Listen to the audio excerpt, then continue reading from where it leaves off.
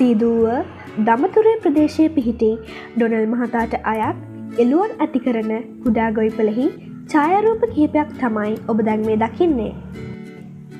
මෙහිදී ප්‍රධාන වශයෙන් ජමුනපාරි හා සානන් යන දෙවර්ගයේ එළු විශේෂයන් දැක බලාගත හැකි අතරම කිරි සඳහා ප්‍රධාන වශයෙන්ම භාවිතා කරනු ලබන්නේ සානන් යන එළු විශේෂයයි. එළු කිරි ගැන දැනගෙන හිටියට එළු කිරි ගැන මේ දේවල් ඔයා දැනගෙන හිටියද? ශ්‍රී ලංකාවේ ග්‍රාමීය මට්ටමින් නම් එළු කිරි සාමාන්‍ය ජනතාව පානය කරනවා. හැබැයි නාගරිකව ජීවත් වෙන ජනතාව ඔවුන්ගේ කාර්යබහුලත්වය නිසාම පිටිකිරි පමණක් පානය කරන්න වර්තමානය වෙද්දී හැඩගැසිලා තියෙනවා. මං හිතන්නේ මේ වීඩියෝ එක බලන ඔයත් පිටිකිරි වලටම සීමා වුණ කෙනෙක් නම් ඔයත් මේ වීඩියෝ එක බලන්නම ඕන කෙනෙක්. එළු කිරිවල ඝනත්වය ඉතාමත් ඉහළගේක පවතින නිසා එළු කිරි වැඩිපුරම භාවිතා වෙන්නේ චීස්, බටර්, අයිස්ක්‍රීම්, ඒ වගේම යෝගට් වගේ නිෂ්පාදනය කරන්න. එළු කිරි කියලා කියන්නේ කැල්සියම්, පොටෑසියම්, විටමින්, යකඩ, ෆොස්ෆරස්, කොපර් වැනි පෝෂණ සංඝටක රැසකින් පරිපූර්ණ වන පානයක්. ඒ වගේම එළු කිරි හොඳ ඖෂධයකුත් වෙනවා.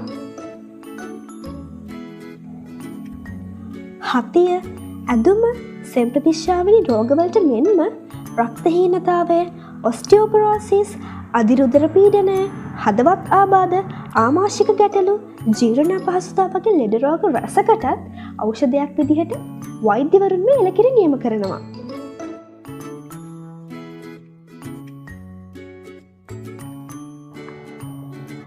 මීට අමතරව නිතරම මෙම එළුවන් සමග ගැවසීමේදී ශරීරයට ඇතිවන විවිධ ලෙඩ රෝගවලින් මිදීමේ හැකියාවද ඇති බවට ග්‍රාමීය ජනතාව තුළ මතයක් පවතිනවා. මෙම ගොවිපල අයත් ඩොනල් පෙරේරා මහතා මේ පිළිබඳව දැක්වූ අදහස් මෙසේය. දැන් මම මේ ව්‍යාපාරයේ අවුරුදු 10ක් 12ක් වගේ වෙනවා. ඒ කාලේ මුලින් සාමාන්‍ය සත්තු දෙන්නෙක්ගෙන් පටන් ගත්ත මේ ව්‍යාපාරය. ඊට පස්සේ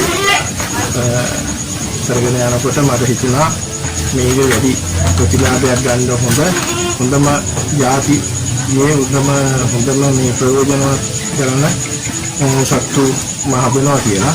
එතකොට මම ඒක දිනු කරගෙන එයින් පස්සේ කිරි සඳහා ඇති කරන සානන් කියන වර්ගයක් මස් සඳහා ශරීර විශාල වශයෙන් හැදෙන ජමුනපාර කියන ප්‍රභේද දෙකක් තියෙනවා. ඒ දෙක හදන්න පටන් ගත්තා.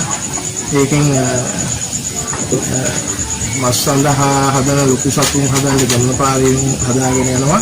ඒ වගේම කිරි නිෂ්පාදනය සඳහා සානන් කියන වර්ගයේ මම වැඩි දියුණු කරගෙන යනවා. දැනට එළු කොටුවේ සතු 25ක් 30ක් පමණ ඉන්නවා.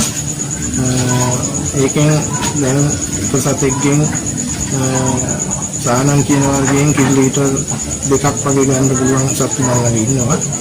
ඉතින් ඒ සතුන්ගෙන් අවුරුද්දකට රටව් වාර දෙකකුත් හම්බ වෙනවා. ඒ අතරත් රටව් 3 දෙනා 4 දෙනා ගන්න සතු මම ළඟ ඉන්නවා. ඉතින් ඒකෙන් වැඩි ප්‍රයෝජනයක් ගන්න පුළුවන්. එනම් කිරි වලට හොඳ ඉල්ලුමක් තියෙනවා. ග්‍රාමීය මට්ටමින් නම් බෝතලයක් රුපියල් 300ක් වගේ මුලකට අලෙවි කරගන්න පුළුවන්. නාගරිකව නම් ඒ රුපියල් 450ක් මට්ටමට යනවා.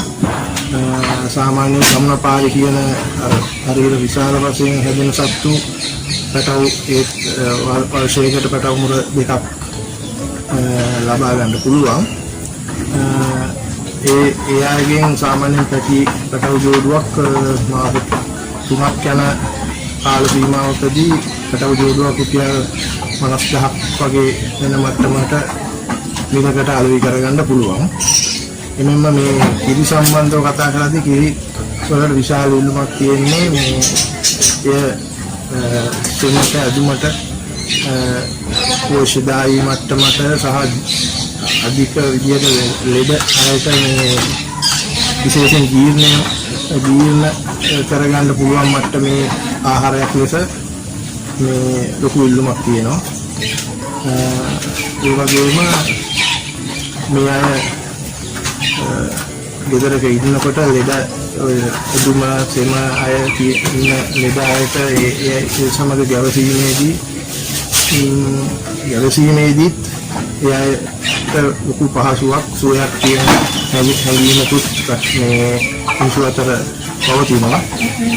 ඉතින් විශේෂ ගුණයක් කිරිවලින් තියෙන මතේ නම් ඒක අපි කාතරක් තියෙනවා. කිරිවල එල කිරිවලට වඩා ජීර්ණ හැකියාව ලෙඩ දුක්වලට මේ පෝෂකාරී මට්ටම අධික විදිහට තියෙනවා කියලා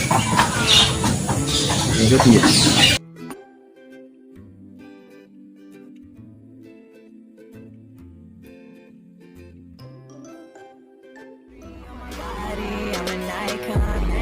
Girl about a 10, I should fuck her in a Benz.